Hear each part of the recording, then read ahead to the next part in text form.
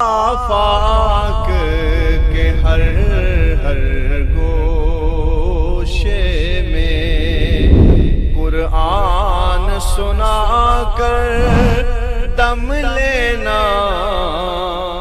السلام علیکم ورحمۃ اللہ وبرکاتہ۔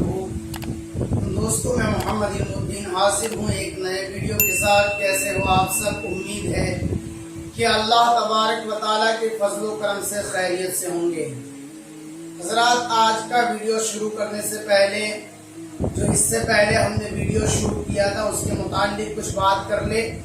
اس سے پہلے جو ہم نے ویڈیو شروع کیا تھا وہ اچھی نیتوں کے بارے میں شروع کیا تھا کہ اچھی نیتوں کے ساتھ اچھے عمل کرنا یہ بہترین عمل ہے۔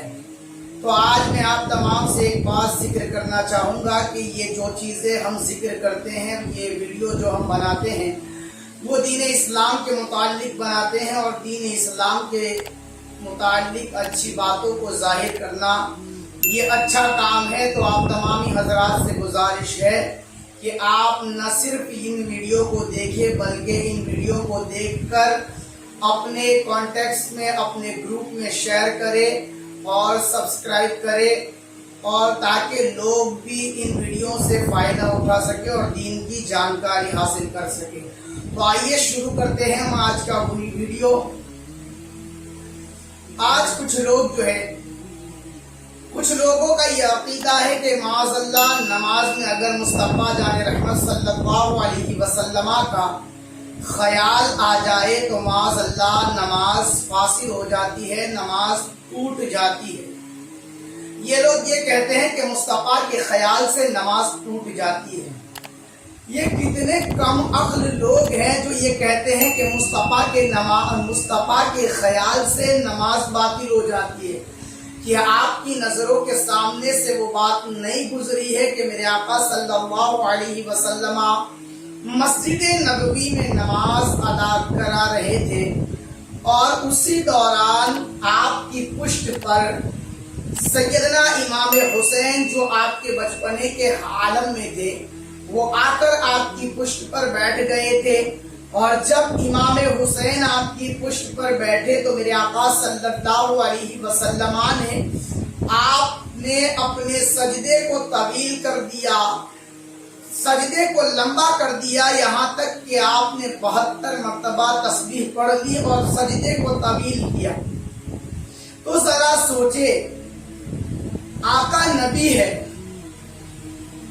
نواسہ حسین امتی ہے،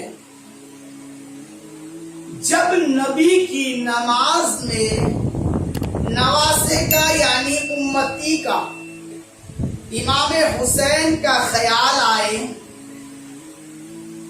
تو نبی کی نماز نہیں ٹوٹتی ہے۔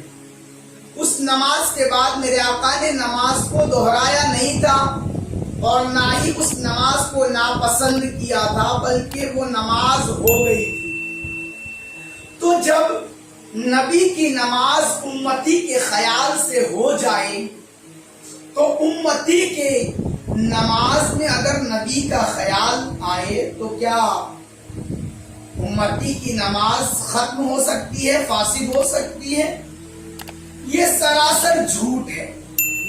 بلکہ ہم تو یہ کہتے ہیں کہ اگر جس امتی کی نماز میں نبی کا خیال نہ آئے تو اس کی نماز ہوتی ہی نہیں ہے۔ مجھے آپ بتائیں کہ نماز میں تشہد یعنی التحیات جو ہم پڑھتے ہیں وہ پڑھنا کیا ہے؟ نماز میں التحیات پڑھنا یہ واجب ہے، اور اسی التحیات کا ایک جز ہے السلام علیک یا ایھا النبی، اے نبی تم پر سلام ہو۔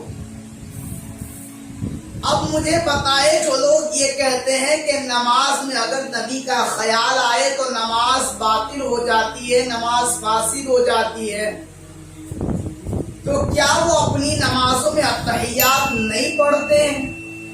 کیا وہ اپنی نماز میں التحیات نہیں پڑھتے ہیں؟ اگر پڑھتے ہیں تو نبی کا خیال تو آ گیا، اور اگر نہیں پڑھتے ہیں تو واجب ترک ہوا، اور نماز میں واجب ترک ہونے کا حکم یہ ہے کہ اگر نماز میں واجب جان بوجھ کر چھوڑا تو نماز سرے سے ہوئی ہی نہیں، اور اگر نماز میں واجب بھول کر چھوٹ گیا تو سجدہ سہو لازم ہوا۔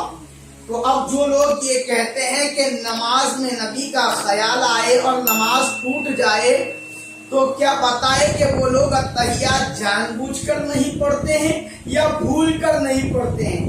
دونوں صورتوں میں نماز میں خلل واقع ہوگا ہی ہوگا۔ اگر جان بوجھ کر نہیں پڑھتے ہیں تو ہوگی نہیں، اگر بھول کر نہیں پڑھتے ہیں تو پھر سجدہ سہو لازم ہوگا، اور یہ تو ممکن نہیں ہے کہ بھول کر نہ پڑھے۔ اگر پڑھتے ہیں تو ماننا پڑے گا کہ مصطفیٰ کے خیال سے نماز باطل نہیں ہوتی ہے۔ دوسری بات، یہ نماز ہے کیا؟ نماز اللہ تبارک و تعالیٰ کی عبادت ہے جو اللہ تبارک و تعالیٰ نے بندوں پر فرض کی ہے، مگر اس نماز کو لایا کون؟ تو ماننا پڑے گا کہ اس نماز کو بطور تحفہ معراج کی شب لانے والی ذات کا نام محمد مصطفیٰ صلی اللہ علیہ وسلم۔ تو یہ کیسے ممکن ہو سکتا ہے کہ انسان لائے ہوئے گفٹ کو، لائے ہوئے تحفے کو قبول کرے اور لانے والے کو قبول نہ کرے؟ تحفہ تو پسند ہے مگر تحفہ لانے والا پسند نہیں ہے۔ یہ لوگ کھلی ہٹ درمی میں ہیں، بس انہیں بہانہ چاہیے مصطفیٰ کی شان میں گستاخی کرنے کا، بس انہیں بہانہ چاہیے مصطفیٰ کی شان میں لان تان کرنے کا، آپ کی ذات کو برا بھلا کہنے کا۔ یہ لوگ تو یہاں تک کہتے ہیں کہ اگر چوپائے کا خیال آ جائے معاذ اللہ تو نماز ہو جائے گی، مگر مصطفیٰ کے خیال سے نماز باطل ہو جائے گی۔ ان کے خیالات کتنے بیکار ہیں۔ تیسری بات، ہم جو نماز پڑھتے ہیں یہ نماز ہم تو مانتے ہیں کہ مصطفیٰ کی محبت کے ساتھ نماز پڑھی جائے تو نماز قابل قبول ہوگی، مگر جو لوگ نہیں مانتے ان کا کیا؟ تو آئیے ایک بات ذکر کروں، ہم جب نماز ادا کرتے ہیں تو جب تکبیر تحریمہ کہہ کر، جب تکبیر تحریمہ کہتے ہیں اللہ اکبر، اس کے بعد ہم قیام میں کھڑے ہو جاتے ہیں۔ قیام میں کھڑے ہوتے ہیں تو مجھے بتائے، قیام میں جب کھڑے ہوتے ہیں تو حروف تہجی میں کون سا حرف ظاہر ہوتا ہے؟ قیام میں، قیام میں حروف تہجی کا الف ظاہر ہوتا ہے۔ الف چونکہ سیدھا ہوتا ہے اور ہم قیام میں سیدھے کھڑے ہوتے ہیں الف کی صورت میں۔ جب قیام کو ختم کر کے ہم رکوع کرتے ہیں تو رکوع میں جانے کے بعد دیکھیں کون سا حرف ظاہر ہوتا ہے، تو رکوع چونکہ ہا کی شکل اختیار کرتا ہے۔ جب بندہ نماز میں رکوع میں ہوتا ہے تو ہا کی شکل نظر آتی ہے۔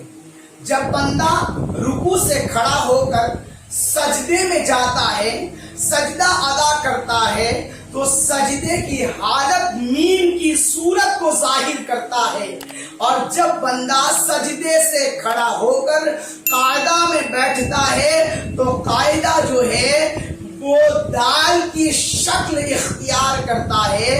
ان ساری چیزوں کو اگر جمع کیا جائے، قیام میں الف ہے، رکوع میں ہا ہے، سجدہ میں میم ہے اور قاعدہ میں دال ہے، اگر ان چاروں کو جوڑا جائے تو احمد کی شکل بنتی ہے، اور احمد میرے آقا صلی اللہ علیہ وسلم کا عرشی نام ہے۔ تو جس کے دل میں احمد کی محبت نہ ہو، جس کے دل میں مصطفیٰ کی محبت نہ ہو، وہ لاکھ سجدہ کر لے، کروڑوں عبادت کے سجدے کر لے، مگر اس کے سجدے قابل قبول نہیں ہے، اس لیے کہ جو مصطفیٰ کی شان کا انکار کرے، جو مصطفیٰ کی محبت کا انکار کرے، وہ کبھی مومن ہو نہیں سکتا۔